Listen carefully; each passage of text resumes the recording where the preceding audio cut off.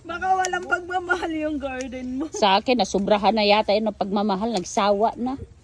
Di mo yata diniligan eh. Ay, grabe, nalunod na gani siguro sa tubig. Parang walang pakialam. Every morning, didiligan. Anak ko, diniligan ko yun. Kinausap ko pa nga eh. Kausapin mo kami, kumusta ka na kayo? Oo, ganun nga. Nagpadala na ba kayo doon sa Pilipinas? Sinong nagpapakuha? Si Lori Vic? Tapos ibigay mo, Michelle. Magkita kayo?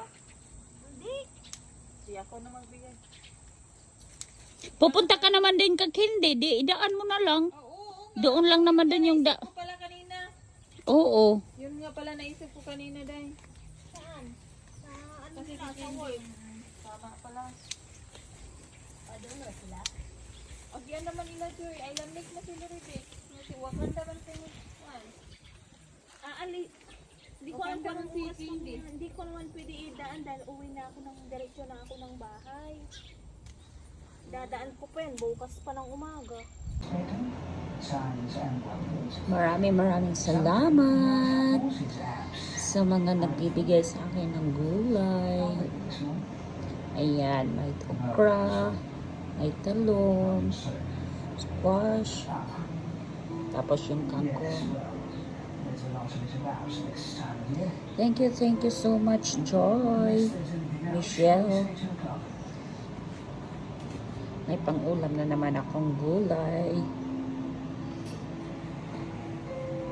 Diba? Thank you talaga sa inyo. Sa mga palibreng gulay niyo. Ang dami nito. Pwede na ako magsinigang, maginataang gulay, adobong kangkong, salamat sa squash, talong,